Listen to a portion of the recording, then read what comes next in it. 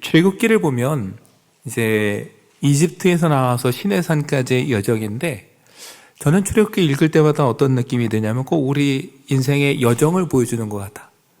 신앙의 여정을 보여주는 것 같아요. 그래서 오늘 우리가 이제 마지막 본문을 보면서 우리 앞에서부터 한번 여정을 다시 한번 되짚어 봤으면 좋겠습니다. 여러분, 이스라엘이 이집트에 왜 내려갔죠? 기근 때문에 내려갔습니다. 기근이 들어서 양식을 구하려 갔어요. 그러니까 원해서 간 게 아니라 어쩔 수 없이 갔어요. 근데 하나님께서는 거기 요셉을 예비해 두셔서 정말 이 기근 가운데 은혜를 베풀어 주셨습니다. 그래서 번성했어요. 우리 인생에도 그런 것 같아요. 때로는 어쩔 수 없이 가서 문제가 있어서 가는데 그곳에서 뜻하지 않는 정말 은혜를 경험할 때가 있습니다. 그래서 너무 행복하고 너무 감사한데 시간이 지나가서 어때요? 갑자기 우리 인생에 또 다른 사건이 훅 들어옵니다. 이스라엘이 그랬어요. 어느 날 요셉을 알지 못하는 왕이 들어서면서 그들에게 고난이 시작이 됩니다. 핍박이 있고 노동으로 지쳐가고 탄식하고, 그래서 어느 순간 하나님을 찬양하던 마음이 돌아서서 하나님을 원망하기 시작해요. 그런데 또 어떻습니까? 이집트를 떠나지도 못해요. 이게 참 무서운 거예요. 사람은 익숙한 것만큼 무서운 게 없습니다. 힘든데 뭐가 더 두려울까요? 떠나서 낯선 것에 또다시 시작하는 건 더 두려워요. 그래서 어떻게 됩니까? 그래, 그냥 여기는 먹을 거라도 있으니, 힘들지만 삼시세끼 해결은 되니 그래 어쩔 수 없지 하면 또 눌러앉는 그 모습이 이스라엘의 모습이자 사실 하루하루 살아가는 우리의 모습이기도 해요. 그래서 우리가 여러분 늘 안주해 있어요. 문제가 있으면 하나님 앞에 기도하고 울부짖지만 뭔가 결단하지 못하고 여전히 앉아있는 모습이 꼭 우리의 모습 같아요. 여러분, 우리가 떠나야 되는데, 움직여야 되는데 움직이지 않으면 어떻게 할까요? 그럼 그때부터 하나님이 우리를 움직이게 만드실. 모세를 보내십니다. 모세도 말을 못해서 안 가겠다고 하는 걸 하나님이 가게 만드셨어요. 그리고 파라오 앞에 세우셨습니다. 그리고 이집트에 10가지 재앙을 내리셨어요. 여러분, 그걸 통해서 이집트와 그 이집트 파라오에게 하나님이 어떤 분이신지를 보여주는 거예요. 동시에 이스라엘에게도 보여주시는 거예요. 하나님을 믿는다고 하지만 정작 하나님을 신뢰하지 못하는 이스라엘에게 하나님이 정말 살아계시고 기도를 듣고 계시고 오늘도 일하고 계신다라는 것을 보여주시는 거예요. 여러분, 우리 신앙생활도 그래요. 하나님이 개입하셔서 뭔가 이렇게 하나하나 일을 해결해 주시는 걸 보면서 기대가 생겨요. 정말 하나님이 계신가? 선교를 가고 교회에서 어려운 일에 부딪힐 때 일을 어떡하지? 근데 뭔가 한 사람 한 사람 나타나서 하나님의 뜻을 이루어가는 걸 보면서 우리 속에 기대가 생깁니다. 그러면서 우리끼리 말하죠. 야, 정말 하나님 계시긴 한가 봐. 그런데 우리가 아직 넘지 못하는 게 있어요. 뭡니까? 거기까지예요. 하나님 정말 감사하고 계시긴 한 것 같아. 그런데 하나님이라고 하지만 이 문제는 해결하실 수 있을까? 정말 우리를 어느 날 갑자기 이렇게 통으로 옮겨 놓으실 수 있을까라는 생각을 하게 되는 거예요. 이건 하시지만 그건 못 하실 것 같아. 아니, 하시더라도 아마 시간이 오래 걸릴 거야 하면서 그때까지 내가 어떻게 기다리지? 라는 생각을 이스라엘도 하고 우리도 할 때가 많습니다. 근데 여러분, 출애굽기를 한번 되짚어 보세요. 이스라엘이 이집트를 나오는 이 구원의 날은 오랜 시간이 걸렸습니까? 예정된 날입니까? 아니에요. 사람의 기준에서 보면은 누구도 예상하지 못한 날 갑작스럽게 그 은혜는 찾아왔어요. 6월절 밤은요, 정말 갑자기 찾아온 은혜의 밤이에요. 얼마나 갑작스럽게 하느냐? 여러분 기억하세요? 6월절 식사를 할 때 어떤 모습으로 먹었습니까? 근사하게 여유 있게 먹었습니까? 아니에요. 출애굽기를 보면은 허리에 띠를 띠고 발에는 신을 신고 손에는 지팡이를 들고 급하게 먹었습니다. 왜요? 곧 급하게 나가야 돼요. 여러분, 우리가 생각지 못한 때, 생각지 못한 방법으로 하나님은 우리의 문제를 해결하시고 개입하실 때가 있어요. 이게 해결될까? 그래, 하나님이 계시다고는 하지만 오래 걸릴 것 같아. 내가 어떻게 그때까지 견디지 했는데 어느 날 불쑥 우리 삶에 들어오셔서 그 문제를 해결해 주실 때가 있어요. 마치 꿈꾸는 것 같은 날이 갑자기 오는 경험, 여러분, 그런 은혜가 여러분 삶에 있기를 축원합니다. 이미 경험하신 분도 있을 거예요. 근데 여러분, 사람이 참 묘합니다. 꿈 같고 설렌데 또 한편으로는 뭐예요? 여전히 한편에 뭐가 있을까요? 두려움이 있어요. 기대와 두려움이 늘 함께 가요. 정말 그 앞으로 뭐가 펼쳐질지 모르는 그 기대와 두려움 속에 여러분, 이스라엘이 그 밤에 길을 나서요. 하나님 그냥 보내십니까? 성경을 보면 어때요? 이집트 사람들의 마음을 움직여서 이스라엘 자손들이 원하는 건 뭐든지 다 갖게 하셨어요. 그걸로 속막을 줬습니다. 그러니까 하나님은 정말 모든 걸 예비하시고 계획하시고 움직이시는 거예요. 우리의 계획이 아니라 하나님의 계획대로 움직이셔서 우리 삶에 어느 날 갑자기 찾아오는 것 같지만 하나님에겐 그게 갑자기가 아닌 거죠. 여러분, 그렇게 이집트를 나왔어요. 정말 노래하고 찬양하며 정말 천국을 경험하는 것 같은 마음으로 나왔습니다.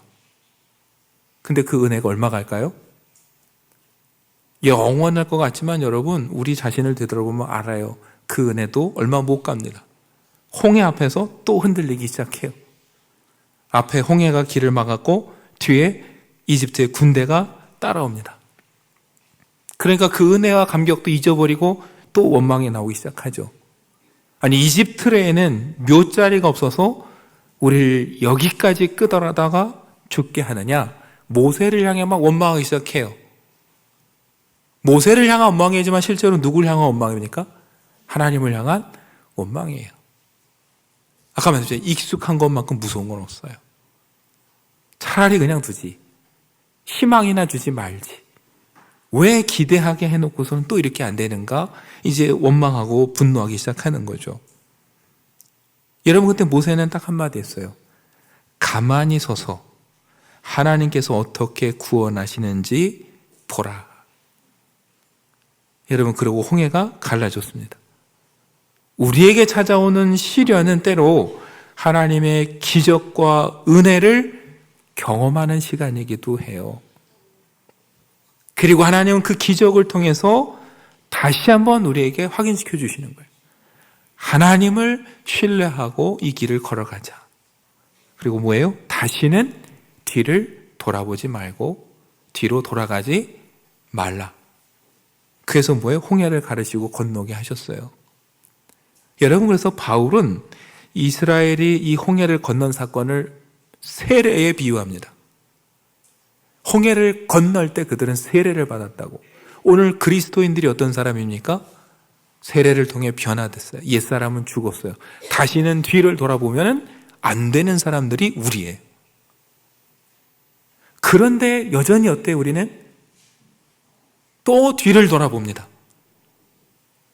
왜요? 홍해를 건너서 또 하나님의 기적을 경험한 그 순간만큼은 정말 하나님이면 세상에 부러울 게 없고 전부일 것 같고 하나님을 높이 찬양했지만 또 며칠 가다 뭐가 나와요? 광야가 펼쳐집니다. 여러분, 하나님의 뜻이라고 해서 갔더니 뭔가 탄탄대로가 펼쳐지고 평탄한 길이 있을 줄 알았는데 갔더니 광야가 나와요. 광야 앞에서 또 원망하고 불평하기 시작합니다. 여러분, 우리의 믿음은 언제 드러나냐면 사실 광야에 들어갈 때 우리의 믿음이 진짜 나타납니다. 그래서 광야는요, 우리의 본성이 드러나는 가장 솔직한 공간이에요. 광야에 들어가기 전에 평탄한 때 여러분 보면은 우리 다 믿음이 좋은 사람들입니다. 오늘 이렇게 서로 저와 여러분이 서로를 보면요, 순교도 할 수 있을 것 같아요. 예. 그런데 우리의 진짜 믿음은 언제 나온다고요? 광야에 들어갈 때 진짜 우리의 본성이 드러나요. 하나님을 그렇게 찬양하던 이스라엘이 광야에 딱 들어가자마자 먹을 게 없다, 물이 없다, 왜 힘드냐. 그래서 하나님은 뒤를 돌아보지 말라는데 뭐라 그래요? 애굽에는 먹을 거라도 있었다면서 옛날 얘기를 꺼내는 거예요. 제가 가만히 보니까 여러분, 우리의 믿음이 대단한 것 같지만, 좀 표현이 죄송한데 심하게 말하면 우리의 믿음은 하루짜리 믿음인 것 같아요. 오늘 곳간에 쌓아두면 믿음이 좋고 은혜가 넘쳤다가 내일 뭔가 곳간이 허전해지기 시작하면 뭔가 불안해지는 하루짜리 믿음. 솔직히 말하면 하루도 긴 것 같아요. 오전에 은혜가 넘쳤다가 오후에 은혜가 사라져요. 오늘 주일 오전에 이렇게 은혜롭게 예배드리고 애찬까지 잘하다가 집에 가서 은혜가 떨어지는 반나절짜리도 있습니다. 중요한 건 우리 믿음이 대단한 것 같은데 광야에 딱 들어가더니 어떻게 해요? 본성이 드러나면서 우리의 믿음이 바닥이 나요. 하나님께서 오늘 만나를 주시면 감사한 게 아니라 순간 감사하다가 무슨 생각이 들까요? 내일은 어떻게 하지? 또 불안해하는. 여러분, 이 모습이 이스라엘의 모습이자 우리의 모습이에요. 그런데 여러분, 되돌아보면 우리 인생이 어떻습니까? 우리 권사님 장로님들이 더 인생의 선배니까 더 힘든 시절도 지나왔는데 되돌아보니까 그 길도 다 어떻게 했어요? 건너왔어요. 이스라엘도 그 광야를 결국 다 건넜습니다. 40년 광야 생활을 마치고 모세가 가나안 땅을 앞두고 이렇게 말했어요. 신명기 8장 2절부터 세번역 성경에 보면은 당신들이 광야를 지나온 40년 동안 당신들의 하나님이 당신들을 어떻게 인도하셨는지를 기억하십시오. 오랫동안 당신들을 광야에 머물게 하신 것은 당신들을 단련시키고 시험하셔서 당신들이 하나님의 계명을 지키는지 안 지키는지 당신들의 마음속을 알아보려는 것이었습니다. 주님께서 당신들을 낮추시고 굶기시다가 당신들도 알지 못하고 당신들의 조상도 알지 못하는 만나를 먹이셨는데 이것은 사람이 먹는 것으로만 사는 것이 아니라 주님의 입에서 나오는 모든 말씀으로 산다는 것을 당신들에게 알려주시는 것이었습니다.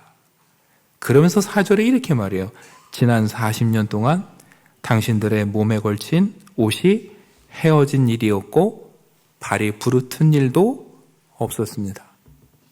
만나도 그렇지만 저는 늘 이 마지막 4절 말씀이 기억에 남아요. 사람의 계산으로는 어떻게 살지 하는데 돌아보니까 어떻게 해요?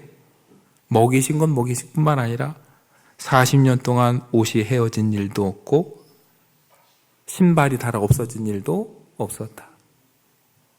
광야의 초입에서는 계산해봐도 답이 없었는데 지나고 보니까 또 걸어왔어요. 뭐라는 거예요? 하나님의 은혜로 그 길을 걸어왔다는 거예요. 여러분, 히브리어로 광야를 미드바르라고 합니다. 미드바르. 그런데 묘하게도 말씀하시다, 하나님이 말씀하시다 할 때 말씀이 다바르예요. 되게 비슷하죠? 미드바르, 다바르. 제가 책을 보니까 다바르, 말씀하다라는 말에서 광야라는 말이 유래했다고 해요. 그렇게 보면은 광야와 말씀하다가 같은 말이에요. 하나님은 어디서 말씀하세요? 광야에서 말씀하세요. 여러분, 출애굽기도 보세요. 하나님이 모세를 부르셔서 말씀하신 곳이 어디입니까? 이집트의 왕궁이 아니라 광야 한복판에 불붙은 떨기나무예요. 이스라엘에게 어디서 말씀하십니까? 광야 한복판에서 말씀하고 계세요.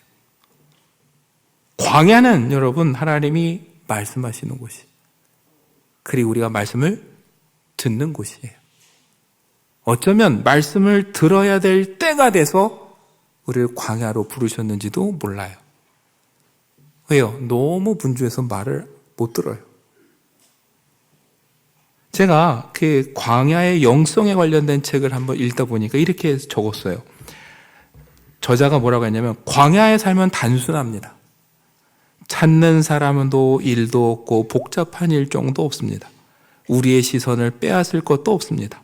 광야에서는 바쁠 이유가 하나도 없습니다. 그래서 광야는 하나님의 음성이 가장 크게 들리고 하나님을 가장 분명하게 볼 수 있는 곳입니다. 그래서 우리는 광야로 가야 되는 거고 우리가 가지 않으면 하나님께서 때로 우리를 광야로 부르시는 거예요. 여러분 어렵게 생각하지 마세요. 여러분 문제 생기면 어디를 가십니까? 힘들고 어려울 때 어디를 가세요? 기도원 가시잖아요. 되게 상징적인 거예요. 왜요? 여기 있으면 우리가 알아요. 기도에 집중할 수 없다는 걸. 찾아오는 사람, 걸려오는 전화, 눈에 보이는 일. 그래서 우리가 정말 다급하고 심각할 땐 어디 가요?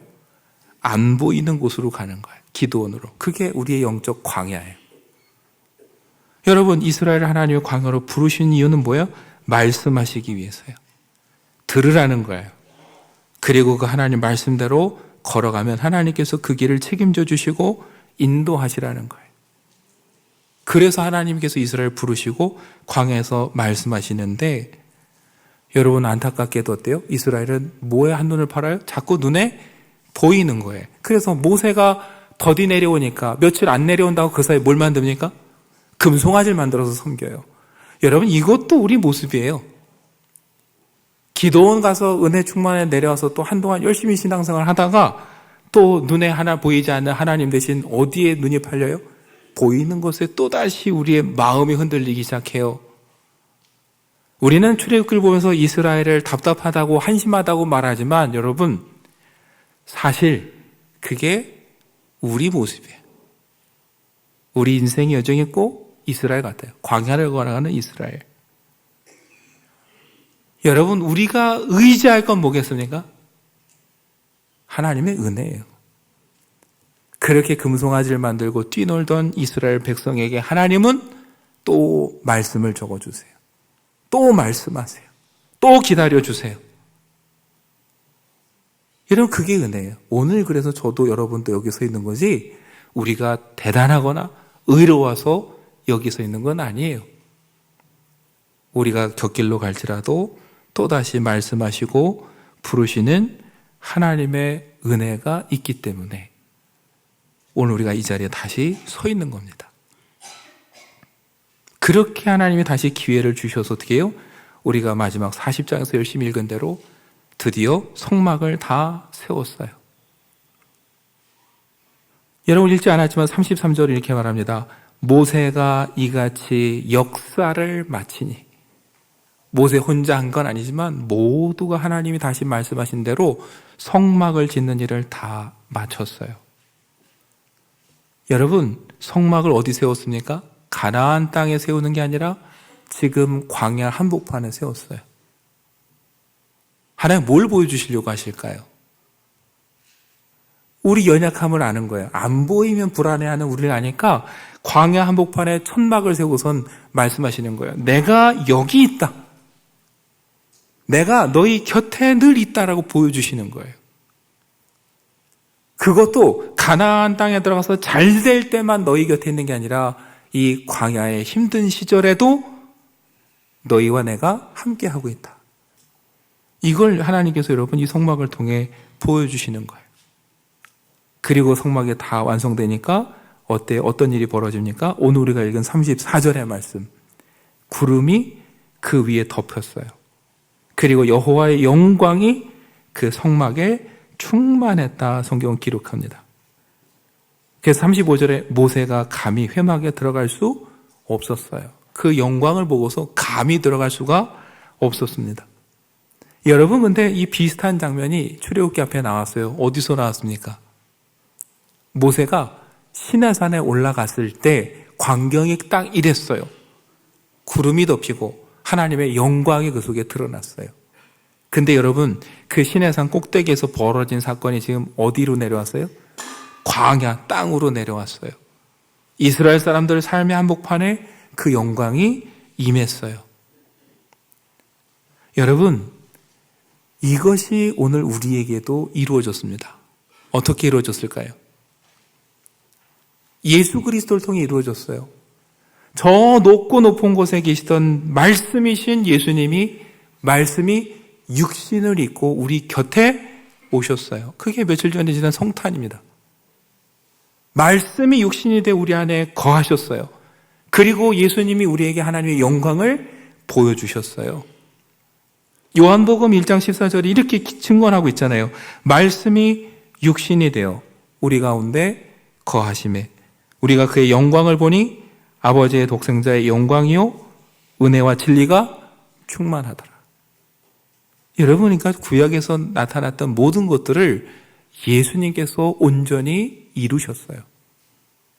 저와 여러분에게 다가오셨고 보여주셨고 만지게 해주셨고 확인시켜 주셨어요.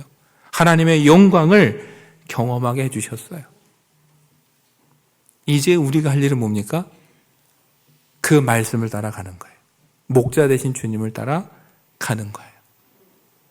그 영광이 임한 이후에 여러분 어떻게 됩니까? 36절에 보면 구름이 성막 위에 떠오를 때에는 이스라엘 자손이 그 모든 행진한 길에 앞으로 나아갔고 37절에 구름이 떠오르지 않을 때에는 떠오른 날까지 나아가지 않았으며 여러분 이스라엘은 이때부터 하나님이 인도하시는 대로 걸어갑니다. 앞서지도 않아요. 하나님보다 앞서가지도 않아요. 뒤처지지도 않아요. 주님과 함께 걸어가는 거예요. 우리가 할 일도 여러분 다른 게 아닙니다. 주님의 말씀을 따라 주님의 음성을 따라 주님과 함께 걸어가는 거예요. 그래야 우리가 새로운 시대를 맞이할 수 있어요.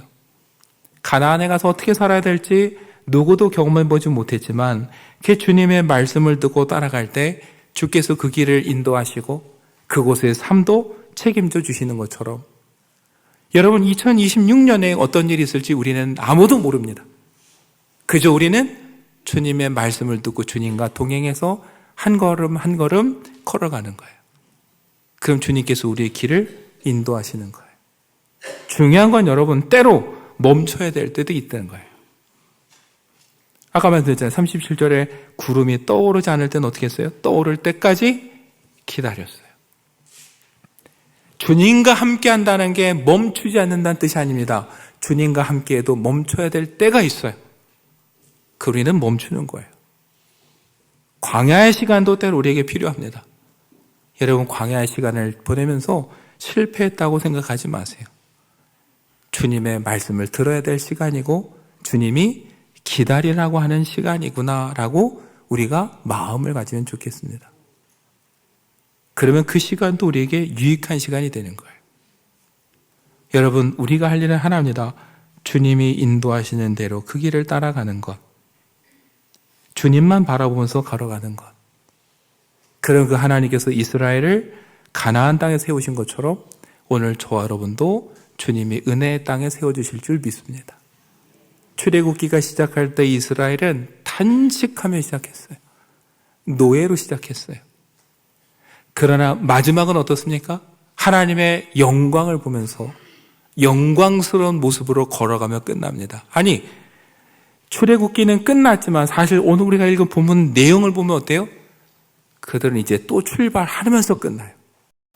하나님 인도하시는 은혜, 에베네셀의 하나님의 은혜를 기억하면서 그 하나님께서 임마누엘 언제나 우리와 함께 하시고 인도하심을 믿고 여러분 새해에도 한 걸음 한 걸음 걸어갈 때 하나님께서 우리의 탄식하는 삶을 영광스럽게 바꿔주시고 우리를 약속의 땅으로 인도해 주실 줄 믿습니다.